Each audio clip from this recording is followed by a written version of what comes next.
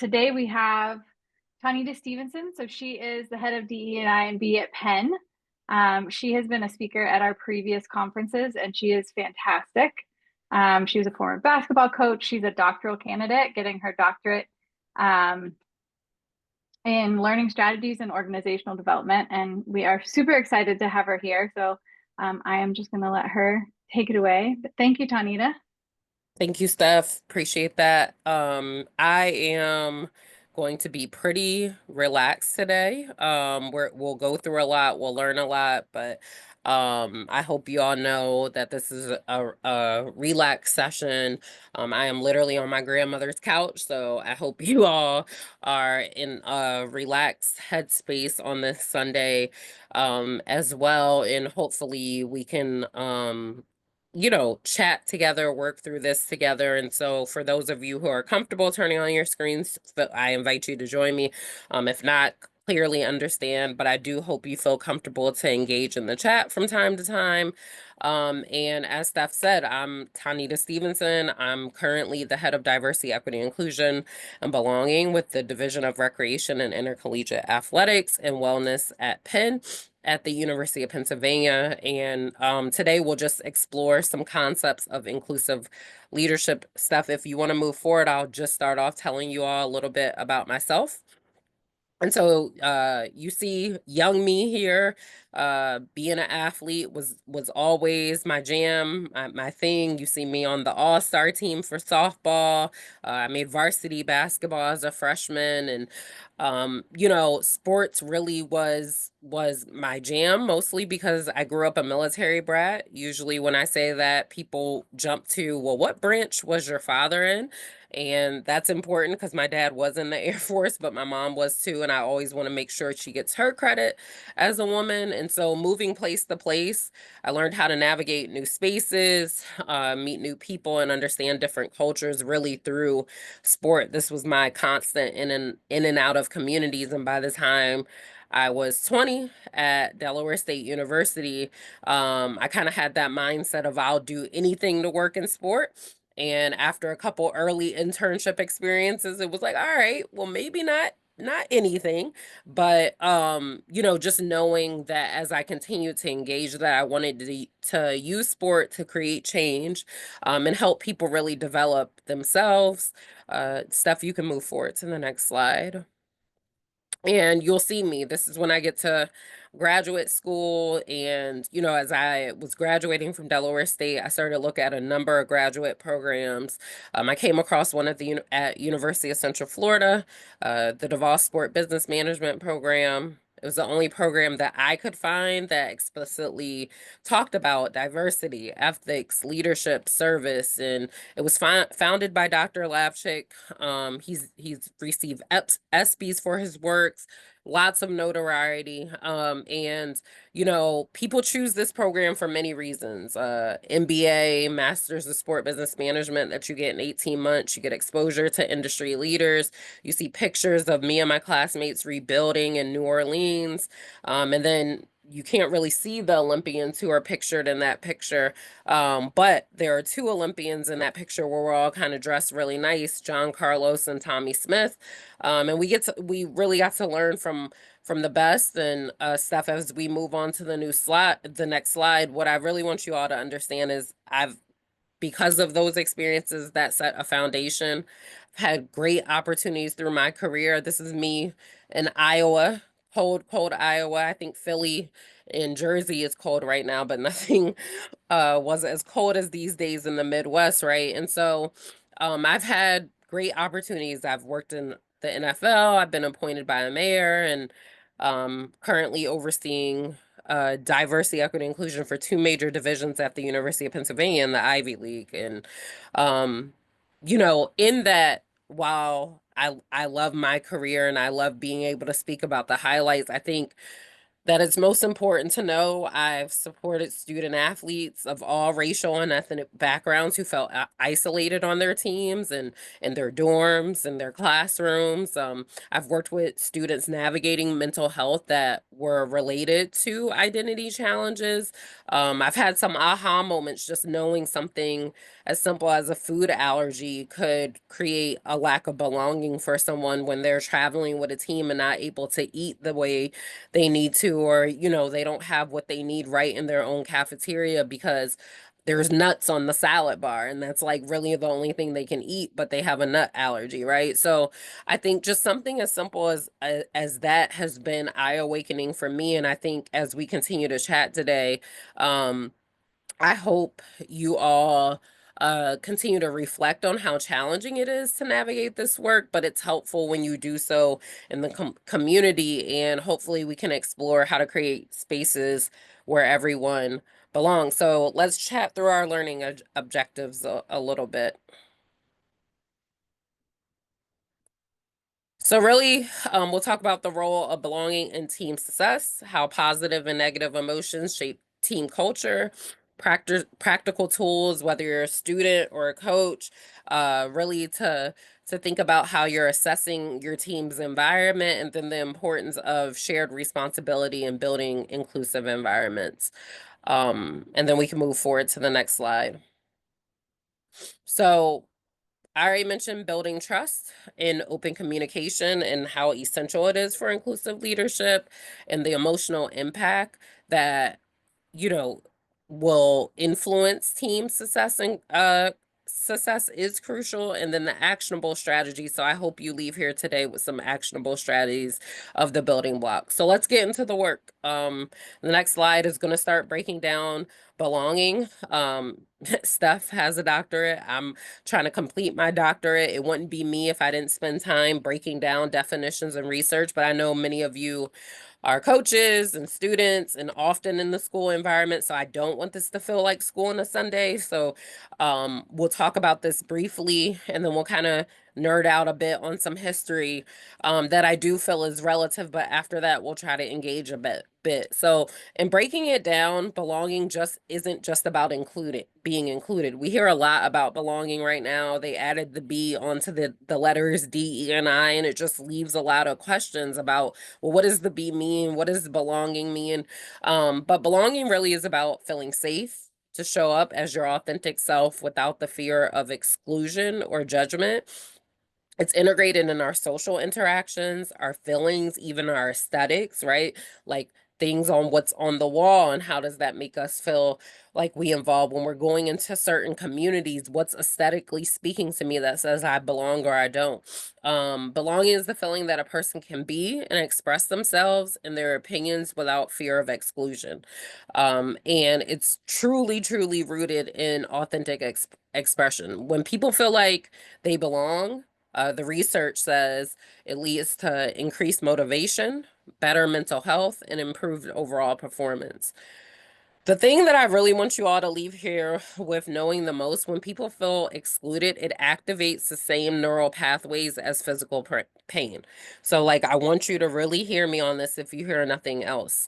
Social exclusion literally feels like physical pain to the brain, and it can be as painful as a physical injury. So, as we think about ourselves as leaders, that alone should kind of make us pause and ask, are we fostering belonging, or are we unintentionally creating exclusion?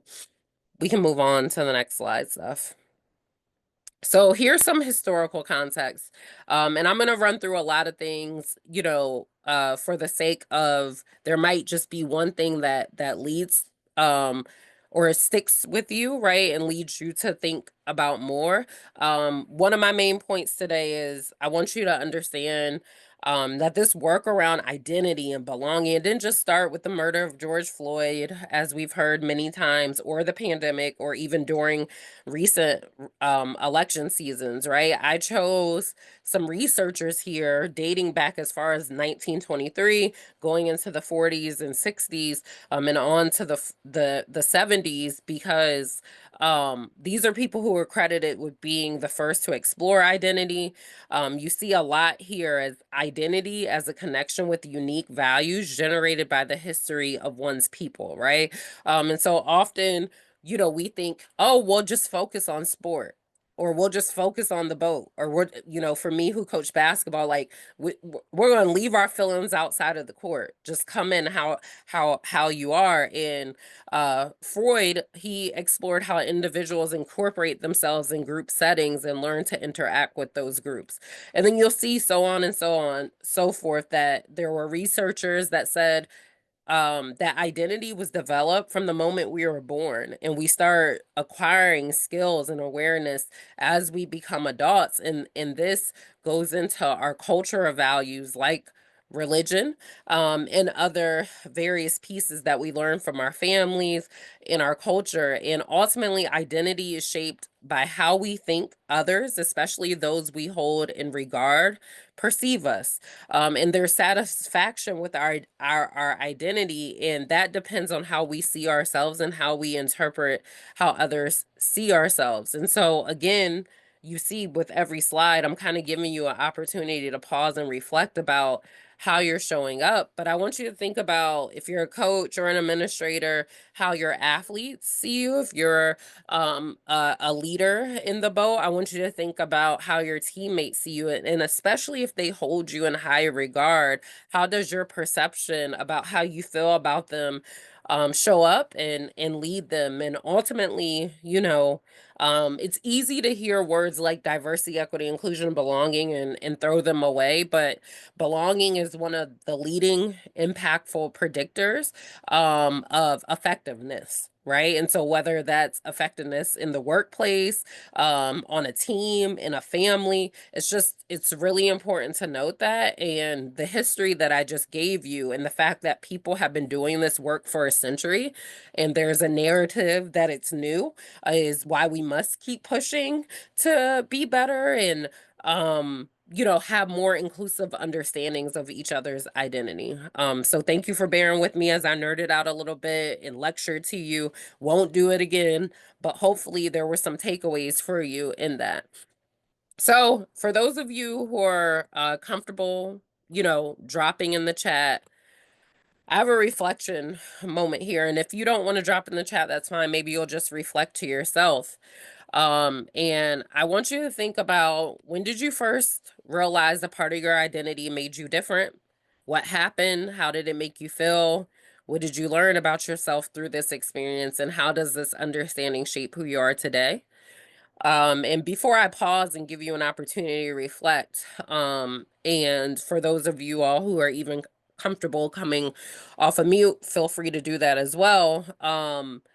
I, want you to think back, whether it was race, gender, family background. Um, when did you really realize you were different? And this is not just about one aspect of identity. Maybe it was a positive experience, like feeling proud of your family's traditions, or maybe it was challenging, like noticing you didn't fit into a certain norm. Whatever the moment, hopefully we can share. And I'll just say this. So like if I were to join the chat, I could give you two examples that stand out in my head. So one of my parents' um early bases was Grissom Air Force Base in Indiana. And my father is a former athlete, so he wanted me involved in all kind of sports, and I took swim lessons. I want to say I was like 4, maybe 5. I can't remember my age, but I remember being very, very young, and I remember being the only Black girl taking swim lessons, and there were a number of girls there. And African Americans have a different relationship with water when it comes to our hair. And I remember my mom being overly obsessed with me wearing a swim cap in the pool, and that made me automatically different and led my swim lesson teammates to ask questions like, well, why do you have to wear that on your hair? And I think, looking back at it, it was out of the spirit of curiosity. I don't think they said or did anything wrong, but it was like one of the first early moments that I remembered I was different.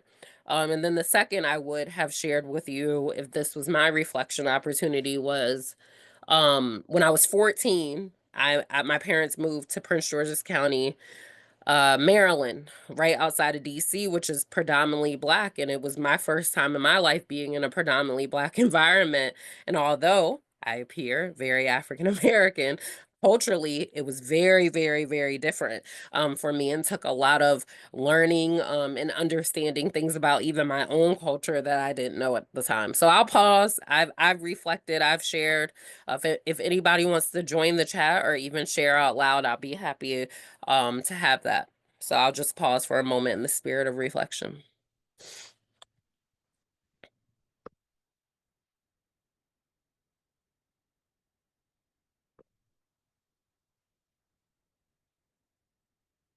See, Nathaniel joined us in the chat. Thank you, Nathaniel. Nathaniel says, I was nonchalant about having a headlight out in my car when a coworker with much darker skin stated he would be nervous about having a headlight out due to getting pulled over by the police. Thank you for sharing. I appreciate that vulnerability and insight to even somebody else's difference.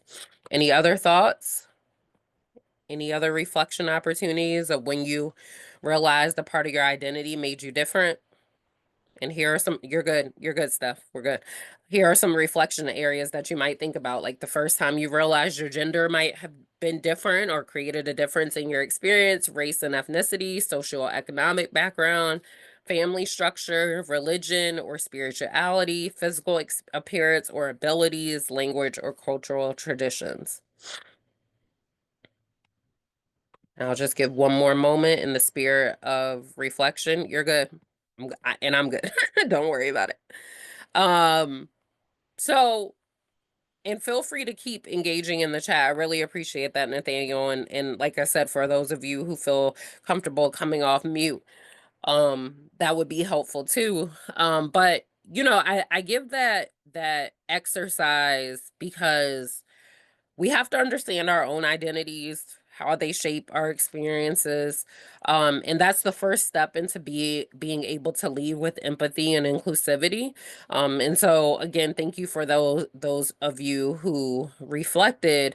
And it's not just really about looking back, it's about understanding how these experiences have shaped us as leaders, and how we kind of understand our own identity journey and how we let that allow us to connect with other people in that spirit of self-awareness. And the more we understand our own stories, the better we're equipped to understand the stories of others. So I would just encourage you to continue to reflect. So in front of you, and you can do so throughout this session, there'll be many opportunities to do so. So in front of you is cycles of socialization. I wish I was brilliant to create this myself. I'm not that brilliant, right? Like again, a lot of this work is relying on research and models of people who already have established this. And so in on this, you'll see that the beginning of our lives is a situation we're born into. This is where you see this popular gif here with the baby face of just like, I have no blame, no consciences, no choice, no guilt, very limited information. And you're born into a family with certain traditions, beliefs, and social contexts that you don't choose. And then your earliest moments, your first socialization is early messages and lessons from family, caregivers, close community members. You learn what's expected of you, what's right, what's wrong from those closest to you, right? And then you move forward into institutional and cultural reinforcements. You start getting messages from the media, schools, religion, government, and the media, even or schools or whoever might show stereotypical representations. There might be a reinforcement of norms about your success, and what that's related to. And then over time, you get reinforcements that align you with the dominant narrative through rewards or punishments. Conforming to norms may earn you approval, while questioning them might lead to exclusion or judgment. And we all know those moments, whether it was being young and now you're questioning your parents, or being in school and you're questioning something a teacher is presenting that you know is not correct, or even in your social circle. And then, eventually some of us start to show actions to challenge or question narratives. We start standing up for not just our own voice, but others. And then there's this cycle of additional enforcement, whether that's in the spirit of reward or repercussions for challenging the status quo.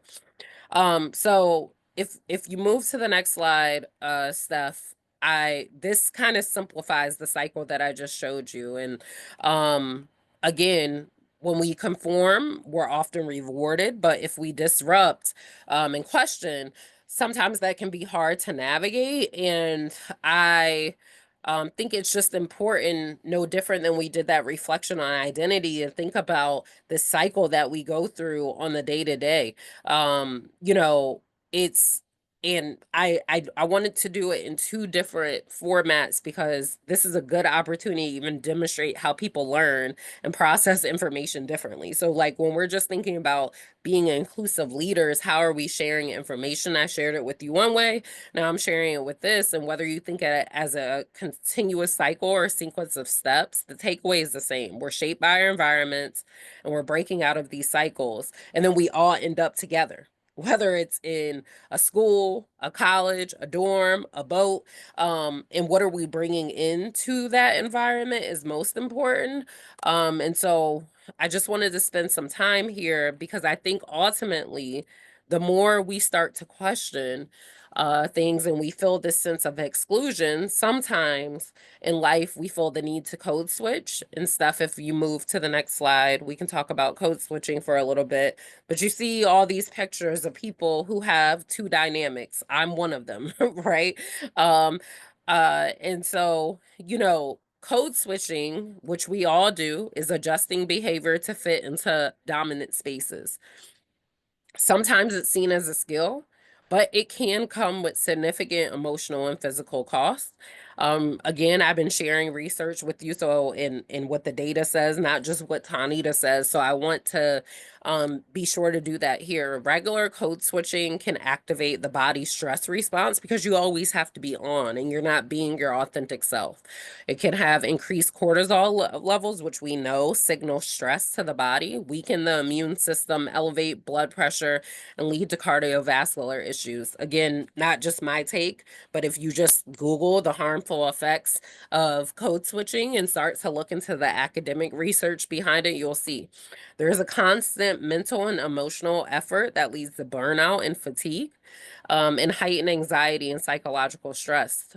So again, if you're just thinking about like, why should I care about this being an inclusive leader, right? Like I clicked on this session really to learn more, but like I don't even know the why. The why is something as simple as that. Like if my teammates feel like they can't show up as their authentic self, this could be damaging them psychologically, physically, and if they have to do this through a lifetime, no matter how they're code switching, where do they end up by the time they're my age or older, right?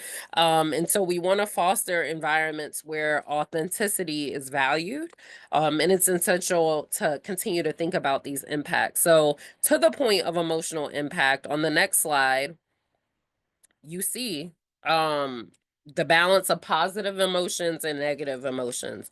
So on one hand, you have positive emotions, which can predict success and build resilience. On the next slide, you have, or on the next side, you have, sorry, Steph. On the next side, it's all good.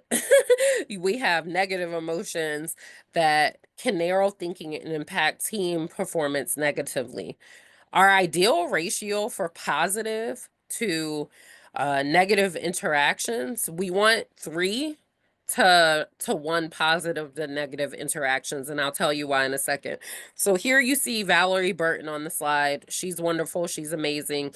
It's Burton for those of you who are into positive psychology, right? And again, like people get wrapped up into the diversity, equity, inclusion, and belonging. I'm trying to give you some other pieces that are relative to that that could just help you in the spirit of life. And so Valerie is the one who exposed me to this metric of researchers suggesting a 3-to-1 ratio of positive to negative interactions for people to thrive. And so even if you think about your own life, your relationship with your parents or your partners or your teammates, when you reflect on like why you keep people around, it's usually because the good outweighs the bad.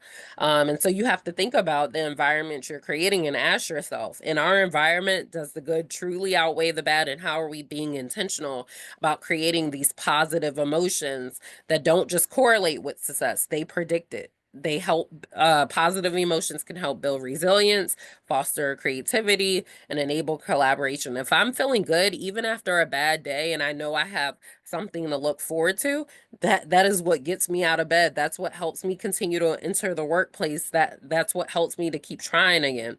On the flip side, as we said about the negative emotions, not only can it narrow our thinking because our brain is cluttered, because we're leading with emotions first, it can reduce something as simple as problem solving ability or even team performance. And at the very least, as leaders, we should aim to create positive experiences in our team.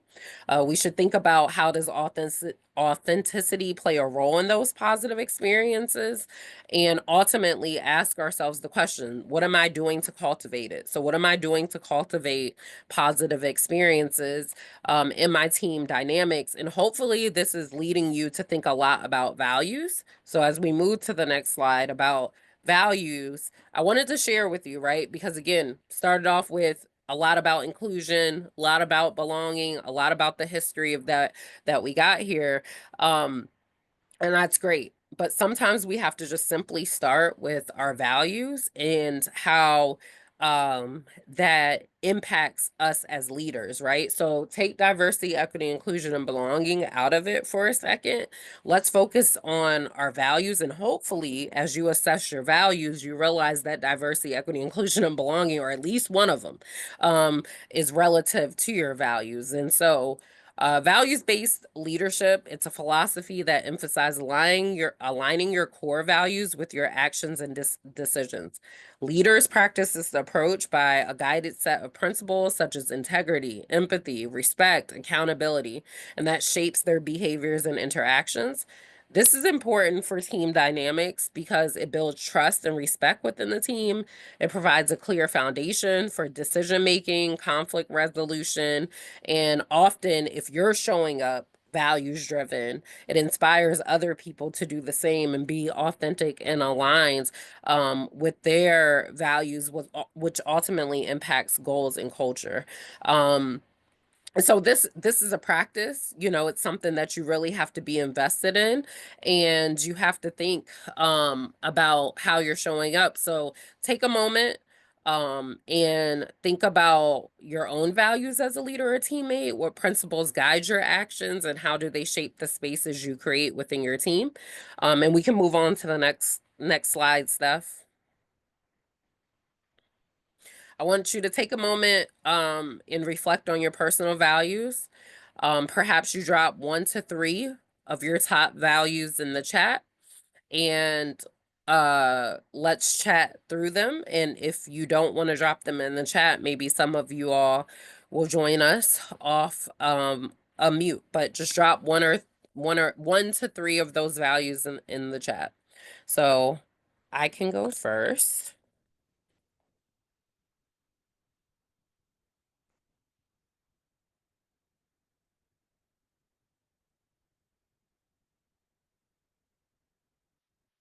And this, what I just dropped, I said comfort of myself and others is my leading value, and it's true.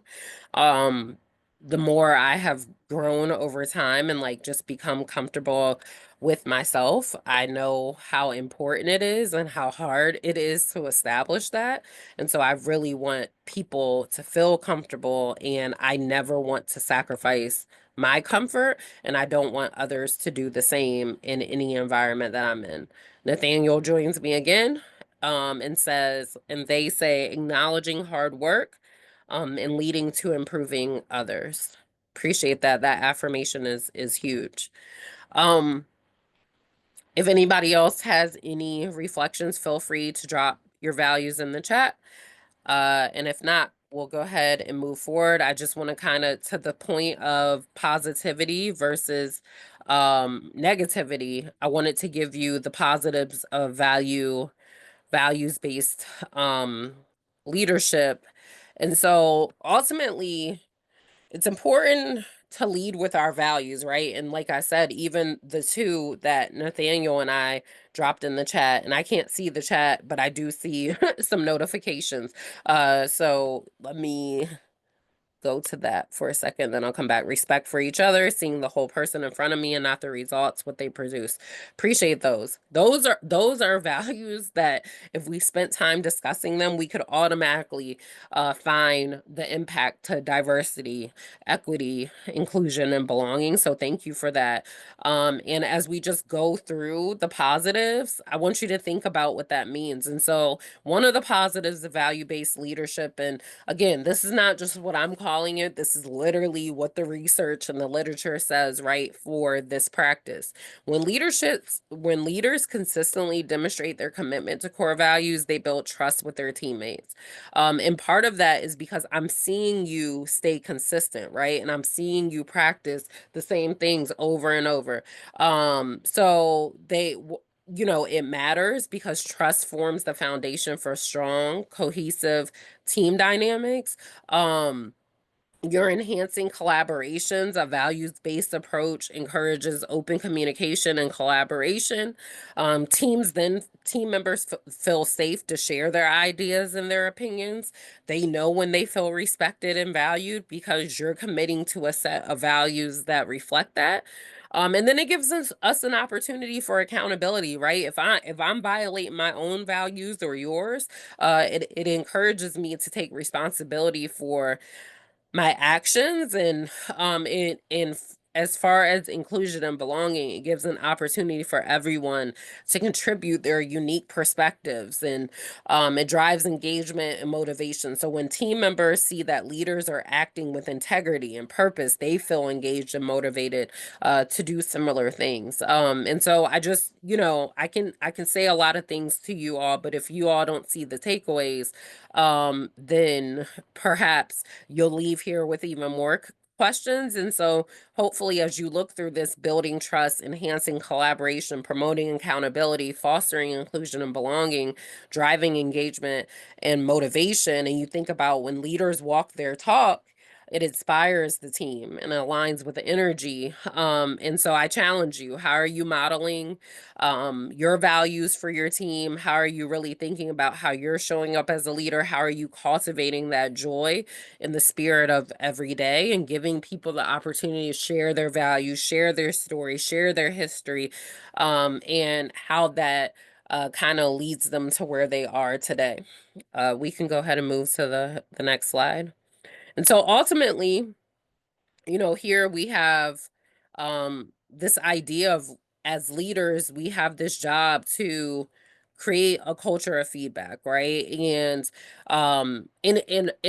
this is hard, especially when you're young. This is no secret to me, right? And so you really have to think about how am I checking in on people regularly, right? Even if that's on a bus ride to the next stop after practice. And some of it can feel a little, what me and Steph's generation might have called like cheesy or corny. But people do see it as genuine when you pause and kind of take, that moment to ask, well, how are you doing? Is there anything I need to know about you personally that is impacting how your experience may be happening? And as a leader, you really got to step out, up and out, to kind of ask that question. Even if you're not comfortable as a leader talking, the second point here with the magnifying glass of conducting environmental scans is important. You can kind of talk to yourself as a leader and just do a self assessment of like, what's really happening here, right?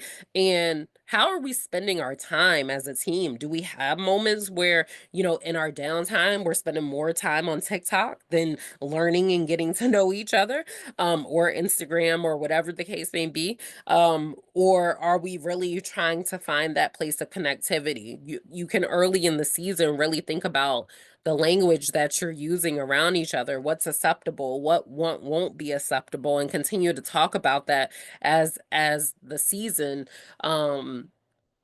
grows. And as young people, you don't need any coach to do that for you, right? You can go to your coach and say, like, coach, I've been noticing X, Y, and Z. Or you can just go to your teammates and say, I feel like we really need to be better than this. And, whether you're comfortable in this work or not, you can center yourselves with people who are truly passionate about it, even as they are young like yourselves. You'll always see people who are passionate about just being a good person, checking in on people, being a positive change, bringing information to the table. So I would encourage you all to think about, who are our advocates on our team? Who are the people who are going to check in on the quieter people, who are going to check in on the people who appear to be different? How are we doing this? And these practices aren't just leadership tasks, they're commitments, right?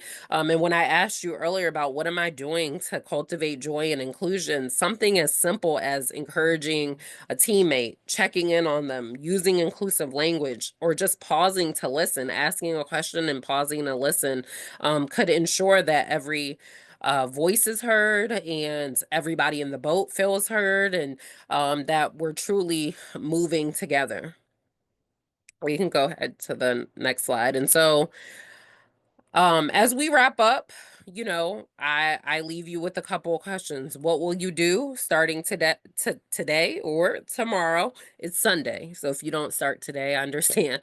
But tomorrow, to foster belonging in your team. And if you're comfortable, feel free to share it in the chat. And just kind of think about, what does it mean for us all to truly be rowing together? As I said, and I'm a coach, there's been many times I've told people, leave your feelings out of the gym. We got a game today. But there's been a lot of other moments where I really want to know about how people are showing up, so I can know, like, when I see that look on their face, what that really means, and how can I can support them, and how can I have that collective effort to do so. And so, again, I thank you all for your time. I think the next slide is just questions and a closing. But for those of you who are comfortable sharing in the chat what you plan to do, please do so. And if there are any questions on how we can continue to do this work together, anything I've said today, I'm happy to answer.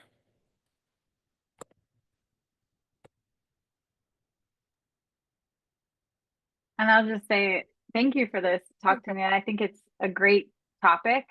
I hope we have a lot of people watching it on the recording, because I think it's something that a lot of coaches and coxswains need to be considering, is because it's not just it's inclusivity and belonging, and it's I think it's tempting to just go to like race and gender, but it's so much more than that, right? What is it that could make someone feel like they don't belong and they're not included on the team? So For Nathaniel sure, has a for sure. question. Do Oh, you have any yes. team building activities that you would recommend to give kids space to learn about each other? Yeah, so a good one that I've done with teams, and I worked at a high school, the Pingree School, from that, one, it's not just a high school, it's K through 12. So you could really do this with any age group. And so one of the things that we used to like to do when we were talking about identity, no differently than I talked to you all about, is we gave everyone a set of sticky notes. And so you'll need a lot of sticky notes depending on your team, or you can break them up into different groups. But ultimately, you need some sticky notes. You pick a wall, and then you ask questions, right? And in asking the questions, you let people write on the sticky note. Hopefully, they're different colors, and then you start to see this like rainbow and this gallery start to form of all the different things, and identities in the room. So you might ask a question as simple as like, "Where were you born?" Right? And you see a lot of different states, cities, countries. You might ask a question like, well, where were your parents born? You start to see some of that. Um, You might ask a question like, who's your favorite singer and why, just to get some fun in. And then you might turn around and ask another question that's relative to identity, no different than what I asked about like the first time you realized you were different. And it might be something as simple as age, right? You don't ask them to write what the thing was. You say, how old were you the first time you realized you were different? And there might be, a range of ages, right? So maybe you have 5 to 10 questions, and then you ask them to pick a teammate and do a gallery walk. So now you have everyone kind of walking together. And in that, you're asking them, like, well, what are you talking about with your teammates? What differences are you noticing on the wall? Where are you all even different in your conversations from what you're seeing or what you're sharing? And then the idea is that as a team, we have all these various people and identities, and something as simple as where we were born, where our parents were born, so on and so forth, and how that kind of impacts the culture on the team. That's just one idea that I've done several times that people really enjoy, but helpful to, or happy to connect off a line and chat more about some of those team building activities that I've done with folks so that they can learn about each other, kids and adults. Great. Yeah, thank you. And thank you Any for other that question. questions? No problem. Anything else I can answer? Steph, you have a question? Yeah, well, I guess because I feel like this conference in particular has kind of two different groups, right? We have the coaches and we have the athletes. If you're speaking specifically to high school athletes where they're trying to navigate all of their own feelings of trying to be included while also trying to be a leader to another group of high schoolers, do you have any specific advice for the athletes? Yeah, I think, and as you all go throughout life or figure out, your career or whatever the case may be, you'll learn the value of like how sometimes people choose to facilitate.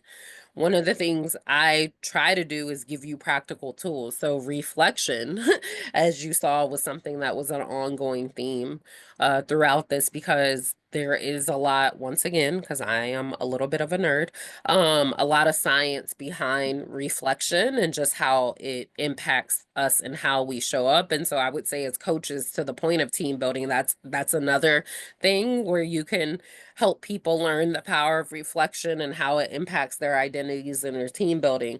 But as for far as yourself, I would say just start with the reflection, right? And what's important to you, and assessing your values, no different than I said. And that can be done in a number of ways. If there are other leaders you find yourself gravitating to, whether they're sports figures or people that you follow on Instagram, or coaches or people in your community, what is it that you like about them? And like list all those things. And then think about how you're embodying that and how you're showcasing that to your teammates and how you're inviting them in.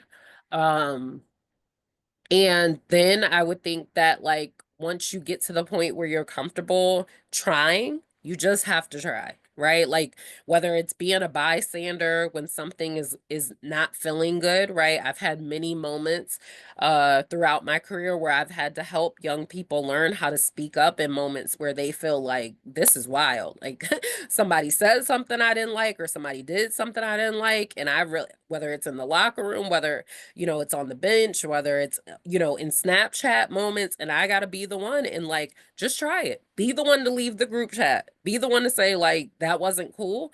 And it's not. I promise you, it won't feel great. But the more you think about being committed and aligning to your values, it will become easier. And so, to your point of your question stuff, I would just sum it up with two powerful things: reflecting and thinking about your own values and who you want to be, who are you mimicking, and then secondly, you just have to try. You have to try to do the right thing, and once you continue to do it, it will become easier over time. That's great. Thank you. And I want to be mindful of everybody's time. And make sure that we all have a break. But I do also just want to circle back and kind of put an exclamation point on some of the points that you hit in the very beginning, especially because I know the people that joined us here, I think you're probably interested and committed to these topics. And you might be around people, whether it's other coaches or club administrators or other people on your team that maybe don't necessarily see the value or like hear the DE&I and they're like, oh, we don't need to worry about that. But I think what Taunita highlighted in the beginning, that the research and the science is pretty clear that when people don't feel included, one, it as she said, it activates the same pathways in the brain as the pain response, but also it impacts their performance. So if you have people in your boathouse that are only motivated by results, like if everybody's not included, it's going to impact the performance of the whole team. It's going to impact how the team works together. So I think this is a really important topic, and thank you all for joining us. And thank you so much to Taunita for being here and for willing to spend a Sunday with us. I know it's a hard thing to take time out on a Sunday. So thank you, everybody. We will see you back very soon for the next session. Thank you. Have a good one.